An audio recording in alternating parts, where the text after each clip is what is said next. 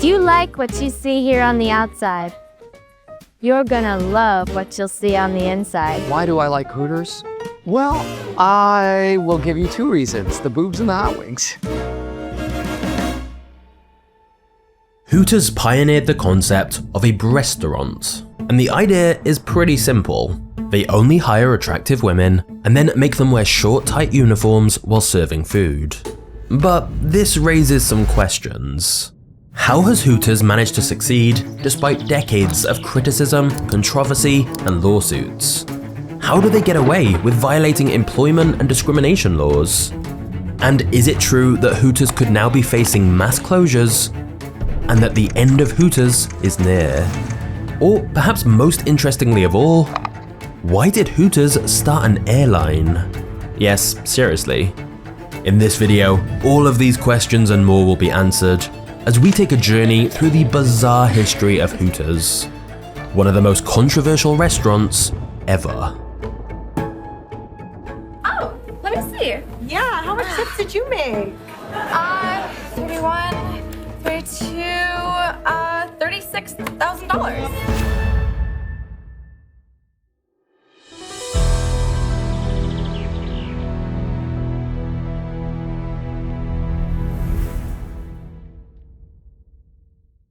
Hooters was incorporated on April Fool's Day in 1983, and even the founders didn't think their idea was going to work. They were 6 friends with no experience in the restaurant industry who wanted a place that they couldn't get kicked out of. The plan was simple: put all the things they liked together in one place. Cheap beer, hot wings, big screen TVs with sports on, and girls.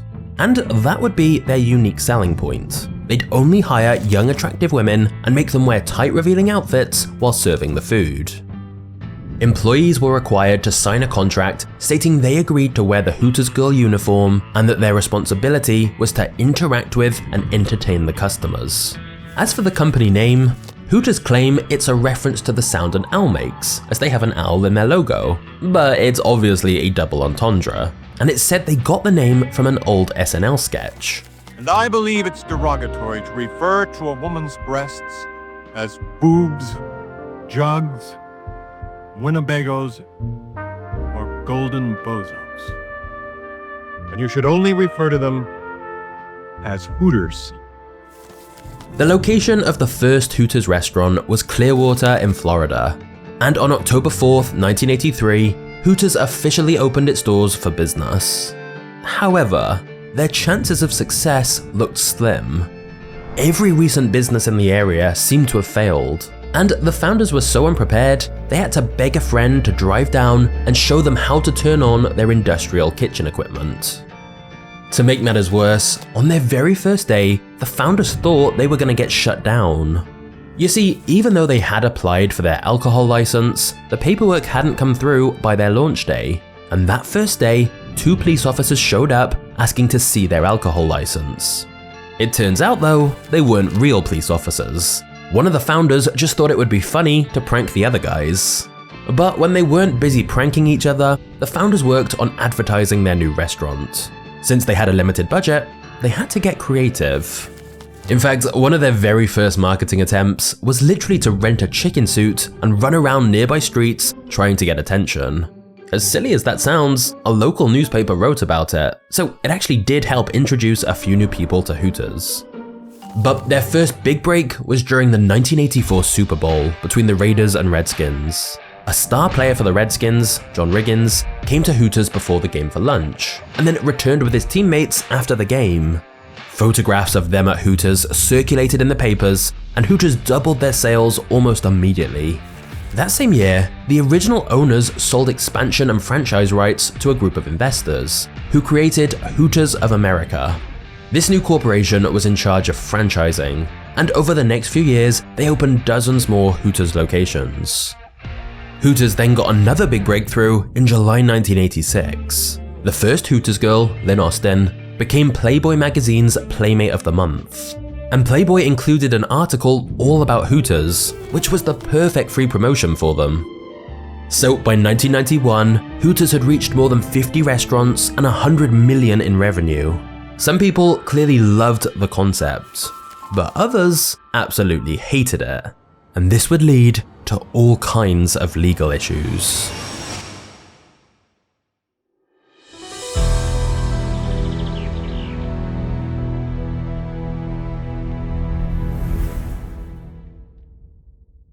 In 1997, 3 men from Chicago sued Hooters after being denied employment based on their gender. And Hooters settled, so they ended up getting $19,100 each. In response, Hooters agreed to create other jobs in their business that were open to everyone. But Hooters said they would not change their rules about only hiring women for their waitstaff. After all, they literally called them Hooters Girls. As a result, the Equal Employment Opportunity Commission launched an investigation into the company, and their conclusion was that since Hooters clearly was discriminating based on gender, they should pay millions to all the men who'd been rejected for jobs. But here's the thing. Even though normally restaurants wouldn't be able to stop someone getting a job because of their gender, Hooters argued that the Hooters Girls are there to provide entertainment, and there are different rules when it comes to hiring entertainers. For example, gender discrimination is allowed when hiring an actor for a specifically male or female role. And Hooters basically said they're auditioning for the role of Hooters Girl. And by hiring waitresses as entertainers, it also means the company can make strict rules about how they look and what they wear. So Hooters can specify in the contract that their hair must always be down and that makeup is required every day. Hooters also had another defense. In employment law, there is something called a bona fide occupational qualification exception, which recognizes that in some rare instances, it may be necessary to only hire a specific gender. And Hooters argued that hiring attractive women is a necessary aspect of their business model. They said, "The essence of our business is the Hooters Girl and the experience she provides to our customers. So that's how they're able to only hire female waitstaff." And Hooters actually used these discrimination lawsuits to their advantage. They released a big ad campaign with a hairy guy called Vince in a Hooters uniform. The idea was to show how ridiculous it would be if they did have to hire men for that role. They spent a lot of money putting him in newspapers and billboards, and so they managed to turn the lawsuits into a great marketing campaign. However, they would soon be facing a whole new controversy.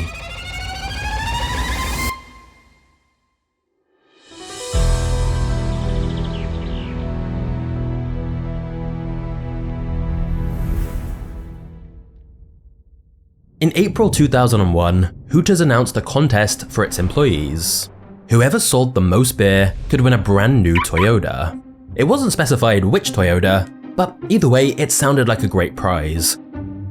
So all the Hooters Girls got to work selling as much beer as they possibly could. The eventual winner was Jody Berry, and she was thrilled. Imagine working a low-paid job and then winning a brand new car. Her manager told her the good news and then blindfolded her and led her out to the Hooters parking lot to reveal her prize. However, when Jody's blindfold was removed, in front of her was not a Toyota car.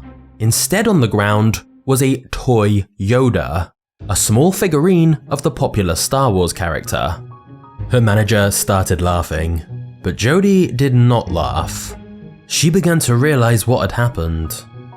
You see, the contest had started April 1st, or in other words, April Fool's Day. And her manager now explained all she'd won was a toy Yoda, not a car. Jody didn't see the funny side of it though. She'd worked hard in the contest, and so she was angry. In fact, she decided to sue Hooters. The story did end up having a happy ending for Jody though, as they reached a settlement. The exact amount she was paid wasn't specified, but her attorney said Jody would have enough to go to a local car dealership and pick out whatever type of Toyota she wants.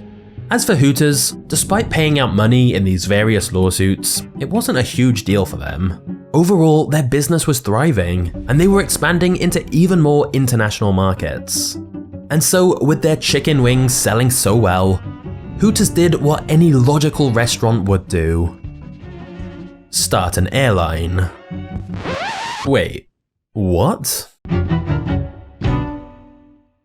before we get to the next chapter, I have a question for you. After hearing about other entrepreneurs building their businesses, have you ever thought about starting your own? If so, you're gonna wanna know about today's sponsor, Busy. Busy offers a free LLC formation service. You just pay the state fees and they'll help you get your business incorporated and handle all the necessary paperwork. Busy can not only help with choosing the right entity type, but can also help take care of the ongoing filing requirements with your state, which can be a big burden on business owners. Busy can even provide you with a business phone number and a professional business address with mail forwarding, so you don't have to use your home address. Basically, Busy gives entrepreneurs the tools they need to start and manage vital aspects of their business, so they can focus on serving their customers. I also like that Busy is made for entrepreneurs by entrepreneurs. The guys behind Busy bootstrapped it without any investors, literally starting in a spare bedroom. Fast forward to today, and they're still founder-led with over 20 years of experience and have helped over 1 million entrepreneurs. So if you want to start your own company, Busy makes it easier. Just use my link in the description to get started today.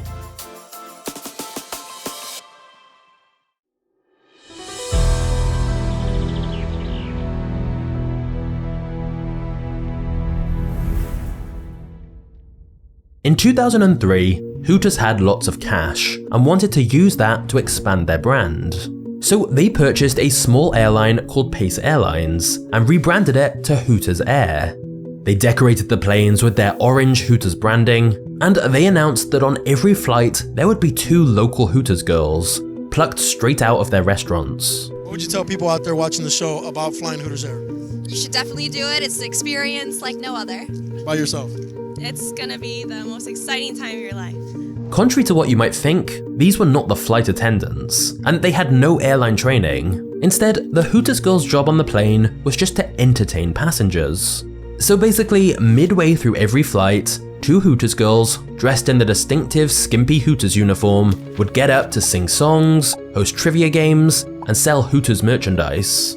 Amazingly, this actually worked quite well at first. Customers perhaps wanted to try Hooters Air just for the novelty. Plus, they also offered pretty cheap flights, typically a flat rate of $129 each way. However, Hooters Air did not have a happy ending. After just 3 years, they ended up with a $40 million loss. And there were several reasons Hooters Air didn't work out. Firstly, at the time, many people were still wary of getting on flights after 9/11, so there was less demand. Secondly, more low-cost airlines had been popping up, meaning more competition. And thirdly, fuel prices had been rising substantially, which meant higher costs. This was a massive problem, as the airline industry is known for narrow profit margins. In fact, there's a running joke that if you want to be a millionaire, step 1 is to be a billionaire, and step 2 is to start an airline. Congratulations, you're now a millionaire. So basically, all of this together meant that eventually Hooters Air just wasn't economically viable. It also didn't help that Hooters had a bit of a stigma of being seedy. So even if Hooters could match the other low-cost airlines, a family is more likely to choose the airline that doesn't feature the Hooters girls. So faced with all of these challenges, in 2006, Hooters Airline officially shut down. And Hooters would soon have an even bigger problem.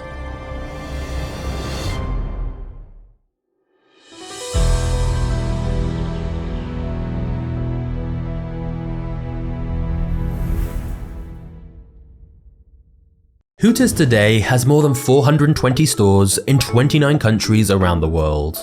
But their success has motivated more competition, like Twin Peaks and Tilted Kilt, which basically offer the same premise but with different uniforms.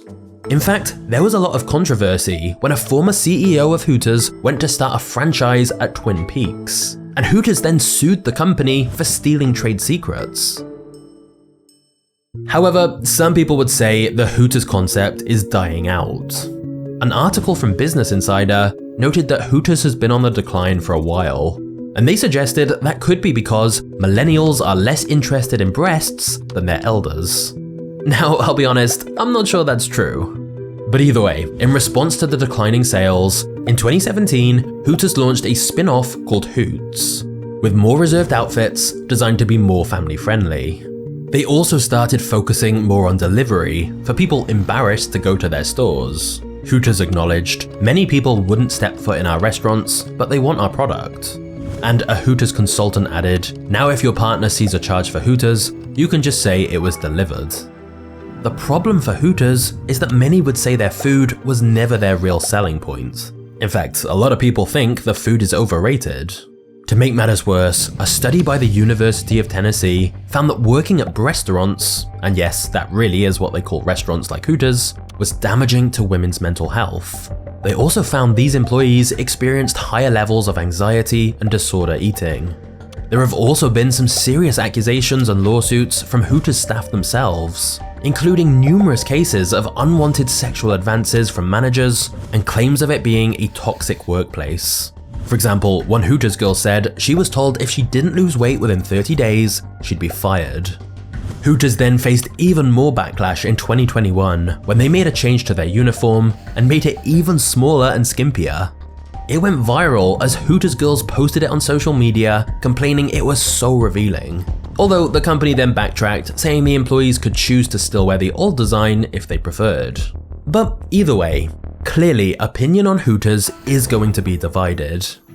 On the one hand, you could argue the concept is outdated and times have moved on, as many would say it's objectifying women and just kinda sleazy. But on the other hand, you could argue that if adults are choosing to work there, and many say they've had a very positive experience and made great tips, what's the harm? You can simply choose not to work there or eat there if you don't like it. So let me know in the comments which side you fall on. But either way, whilst Hooters has been successful, it's certainly not as successful as Sony. So if you want to learn the insane truth about how Sony built their empire, just click here to watch that business story next. I hope you enjoyed this history of Hooters, and I'll see you in the next video in just a second.